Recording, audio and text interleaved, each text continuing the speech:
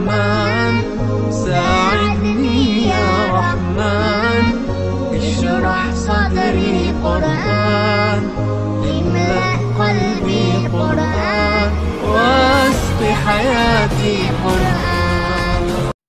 السلام علیکم ورحمۃ اللہ وبرکاتہ. امام کعبہ نے القدس سے متعلق امریکی اعلان کو انتہائی خطرناک اقدام قرار دے دیا. مکہ مکرمہ میں مسجد الحرام کے پیش امام و خطیب شیخ ڈاکٹر صالح آل طالب نے واضح کیا کہ امریکی سفارت خانہ القدس منتقل کرنے کا فیصلہ بارود کے ڈھیر میں آگ لگانا ہے. نہیں معلوم اس کی آگ کہاں کہاں تک پہنچے گی. بیت المقدس پر ناجائز قبضہ راسخ کرنے کے لیے جو اقدام حال ہی میں کیا گیا اس سے مزید نفرت اور تشدد ہی جنم لے گا. اس سے بلا وجہ بے شمار جانی اور مالی نقصان ہوگا، محنتیں رائگاں ہو جائے گی. یہ فیصلہ بین الاقوامی قراردادوں کے منافی ہے. اس سے ہر جگہ کے مسلمانوں کے دل دکھے ہوئے ہیں. شیخ صالح کا مزید کہنا تھا کہ اس اقدام نے منصفانہ حل تک رسائی کی امیدیں چھین لی ہیں. یہ فیصلہ فلسطینی عوام کے تاریخی حقوق کے خلاف زبردست جانبداری ہے. اس سے القدس کو آزاد کرانے کے حوالے سے مسلمانوں اور عربوں کا عزم مزید بڑھ جائے گا.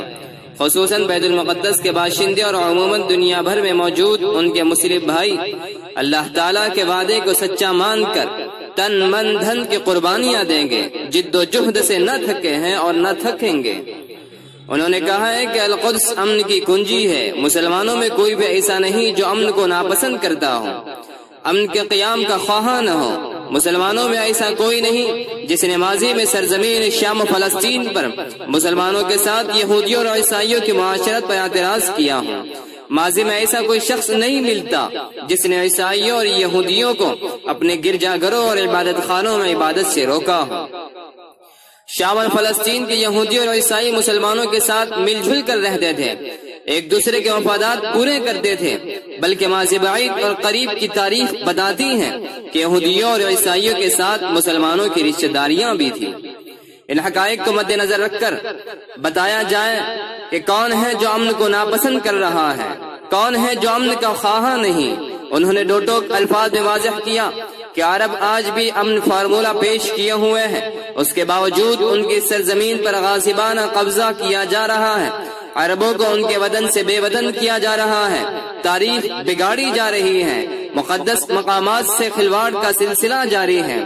القدس کے نقوش تبدیل کیے جا رہے ہیں. 70 برس سے فلسطینی جبر و تشدد کا ہدف بن رہے ہیں.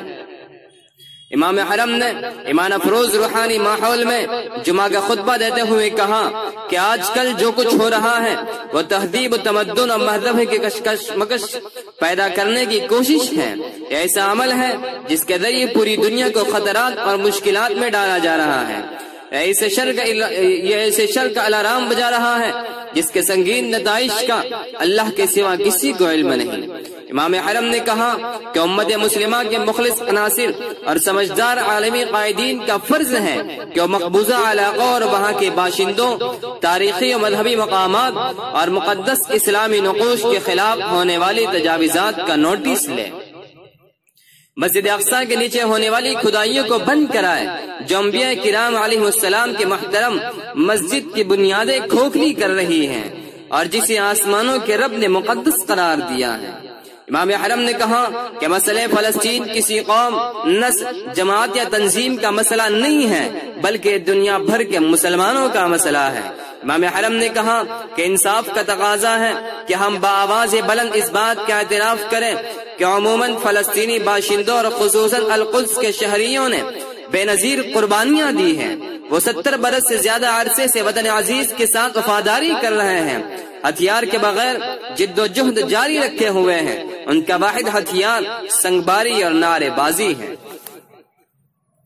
انہوں نے کہا کہ سعودی عرب نے بیت المقدس کے مسئلے کی ہمیشہ حمایت کی ہے، آج بھی فلسطینی عوام کے حقوق کی تائید و حمایت کر رہا ہے. فلسطین سے متعلق سعودی عرب کا موقف غیر متزلزل ہے. امام حرم نے علماء اور دانشوروں سے کہا کہ وہ امت کی بقا، ورثہ اور سلامتی پر توجہ مرکوز کریں. انہوں نے یہ بھی کہا کہ امت مسلمہ کو ثانوی مفادات پر امت کے مفادات کو ترجیح دینا چاہیے۔ علاقائی یا ذاتی تنازعات یا اختلافات میں امت کو مصروف کرنا ٹھیک نہیں ہے۔ دوسری جانب مسجد نبوی شریف کے امام و خطیب شیخ ڈاکٹر حسین آل شیخ نے بھی جمعہ کے خطبے میں مسجد اقصی کے موضوع پر دیا۔ انہوں نے کہا کہ امت کا سب سے بڑا مسئلہ ہے، ہر مسلمان کے شعور و وجدان میں بسا ہوا ہے، یہ مسلمانوں کے قبلہ اول کا معاملہ ہے۔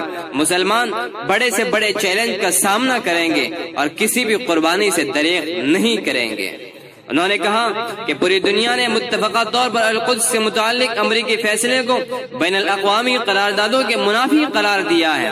سب کا متفقہ فیصلہ ہے کہ القدس اسلامی دارالحکومت ہے۔ علی شیخ نے کہا کہ مظاہروں اور مذمت کے فیصلوں سے القدس آزاد نہیں ہوگا، پرجوش تقریروں سے بھی بات نہیں بنے گی۔ دین حق کی مکمل پابندی ہی القدس کو ناجائز قبضے سے نجات دلائے گی انشاءاللہ تبارک و تعالی۔